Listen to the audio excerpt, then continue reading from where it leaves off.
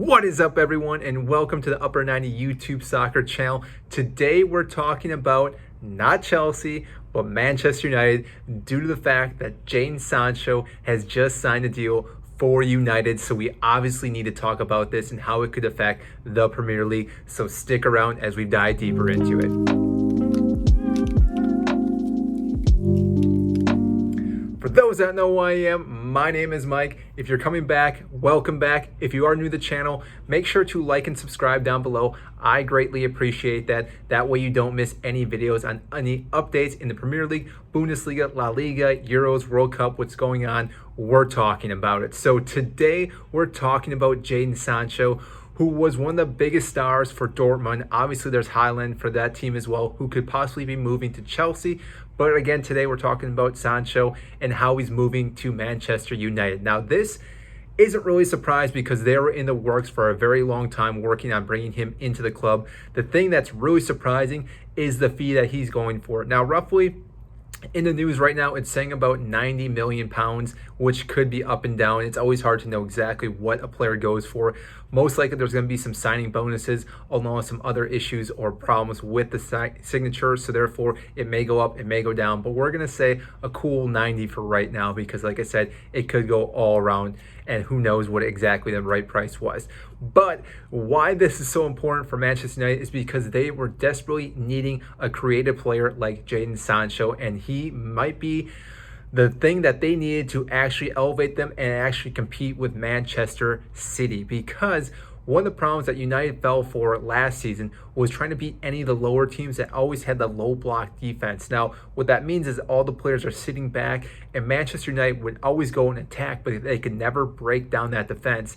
That's where Jadon Sancho really can improve, because he can play on the right wing, he can play on the left wing. He's really good at attacking and breaking down defenses. Now on the right side, he can obviously go forward, come back. He can also cut in, or again, like I said, if he flip-flops, he can do the same thing on the left, going forward, coming back, cutting in, or possibly with Bruno playing some balls to him as well, which then he can ping over to Cavani, Rashford, depending on who's up top, and that could be very creative for this team. Now, obviously, we need to talk about some of the things about Sancho and why he is such a great player. Now, if you're looking at his stats, you could say, yeah, he's not that great, but really this past season for Dortmund was a struggle due to the fact that they had different managers. So it's hard to say exactly how well he played, but throughout the entire season, he looked phenomenal for this team. Very creative, caused a lot of disruption for other teams in their defense.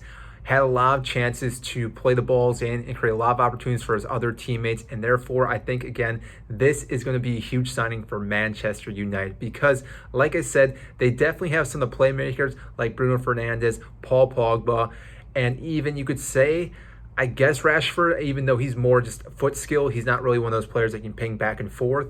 But Sancho is going to be an extra player that they're really going to be able to work with. So now think about Paul Pogba, Bruno Fernandes, and Rashford all coming at you, along with Cavani, who's very deadly aerial and can score pretty much from anywhere with a quick shot or 2 touches.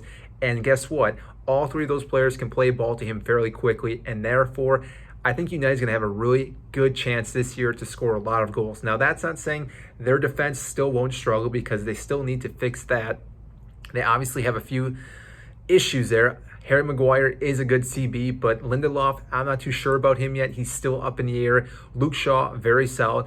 Wan-Bissaka, also very solid player. But again, they need some other CB in there. I don't think Lindelof is the right choice. They have Bailey, but again, I don't think he's the right choice either. And in the midfield, they got McTominay, which, yeah, you could say he's okay, but really they need a better CDM, and I'm not too sure if they're going to be looking for that. Now, with Sancho coming into this team, the other thing you need to talk about are the players that may be leaving this squad, because if he's coming in, he's obviously taking someone's spot in the starting 11. You're not paying that much and not playing him. Yeah, you can talk about Van de Beek and how he didn't play at all really last season, but it's hard to really bench Paul Pogba or Bruno Fernandes for Van de Beek, and therefore that's why he didn't start.